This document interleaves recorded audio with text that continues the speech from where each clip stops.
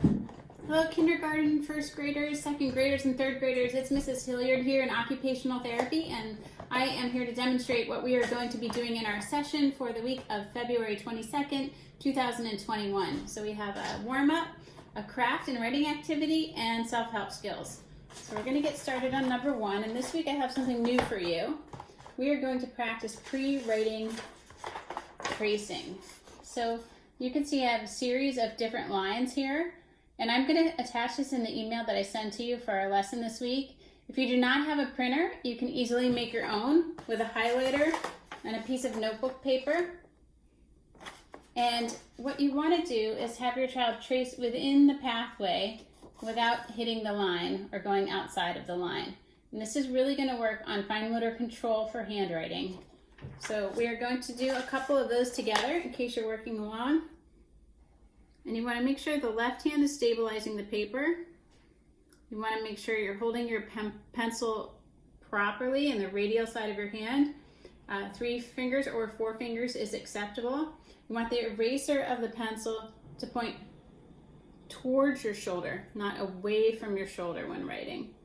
So these are all the things that we work on avoiding in occupational therapy. We really work hard on developing an efficient writing grasp, because that way our hands and bodies don't get tired when we have to write.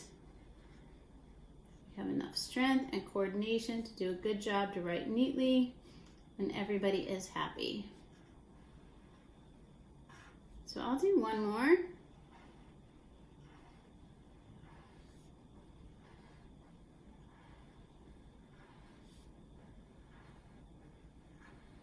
If you guys want to do the rest on this worksheet, go ahead and pause the video and keep on tracing.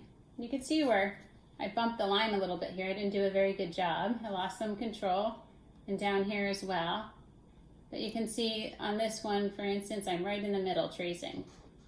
So I'll send a couple of these in the email so you guys can print them out and have them for home. You can always email me and I can stick them in the mail too. So that's our warm-up this week. And then for cutting, we're going to make a snow globe. So I have a little snow globe here with a snowman in it. So you'll need blue paper and black paper and something round to trace, something rectangular to trace, a cotton ball, and I'm going to send you a printout to cut out a little snowman.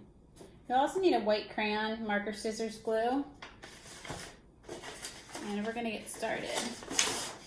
You need blue paper, and you only really need a half a sheet of black paper. I'll save that for another day. Something circular to trace. This is 6.5 inches in diameter. So if you have a larger plate or Tupperware, that would be good for this craft. And I do have a white crayon somewhere. So we're going to trace our circle first so that we can make our snow globe. So remember, you're using that stabilizing hand. Trace around. You have a nice circle when you're done. Grab your scissors. Make sure you're holding them the right way. Thumb goes in the little hole. We're going to cut out our circle and stay on the line.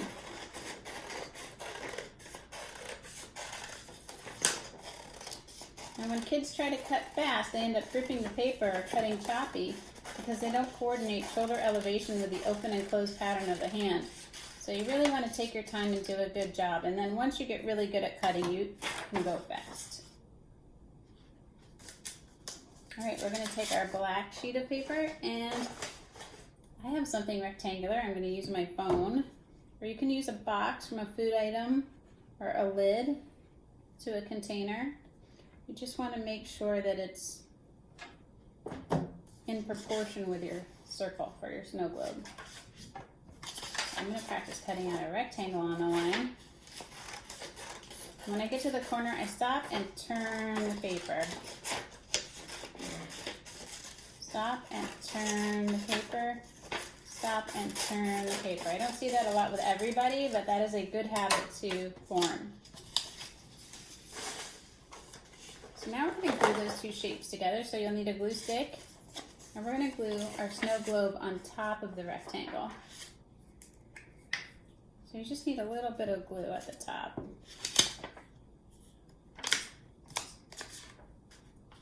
I'm going to overlap, so put the ball over the rectangle.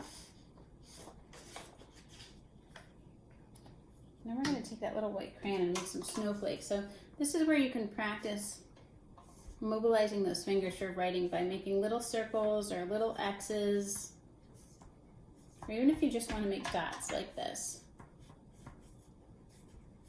Mix them up as long as it looks like snow.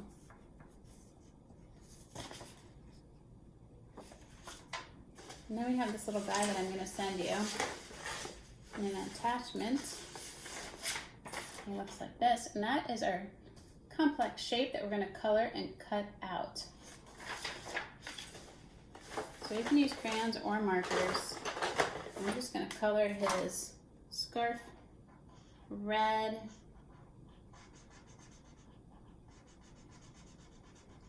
Again, we're really practicing coloring in the lines. Some of you have that as a goal. And then we're going to color his hat black.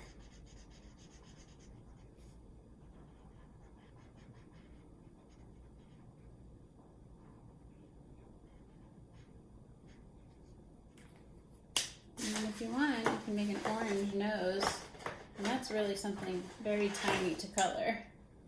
So you might need a skinnier marker. Or just color very carefully. So it's something like that when you're done. Now we're going to try to cut them out. So it's easier for kids if they struggle with turning the paper for cutting to just eliminate some of the excess paper first around the shape. And if they're not ready to cut a complex shape, you can draw a rectangle around this little guy and they can cut on the line. I'm going to try to cut him out. Stay in the line the best that I can.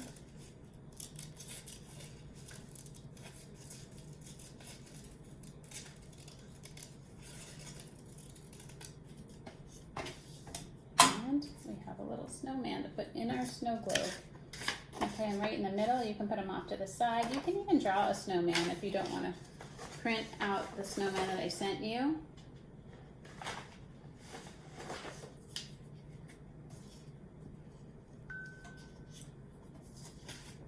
You can go right in the middle. And to add some extra snow, if you have cotton balls at home, that will make it look really pretty.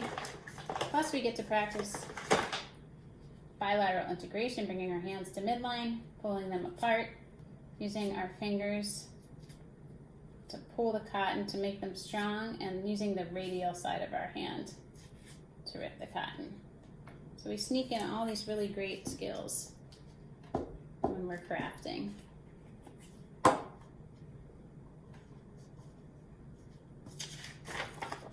There's your little snowman. It'll look better when my glue dries. It'll dry clear. And you can add anything you want to this, any glitter or any kind of craft items you have at home. Make sure you put your name on the back. And we're going to move on to our writing activity.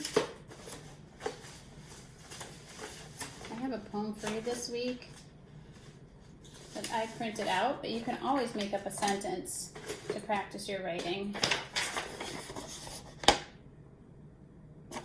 It says, winter, cold, snowy, fun, sledding, playing, laughing, freezing, cabin fever, lazy 3 months. And I'll hold that here if you want to copy it. And that font might be a little hard to copy for some of you, so if mom or dad or a grown-up wants to write it first on a piece of notebook paper and have you copy it from there, that would be good too. And I found this online at this website right here.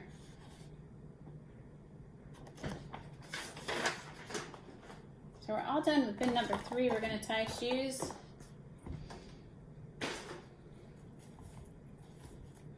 We're going to do our adapted method first.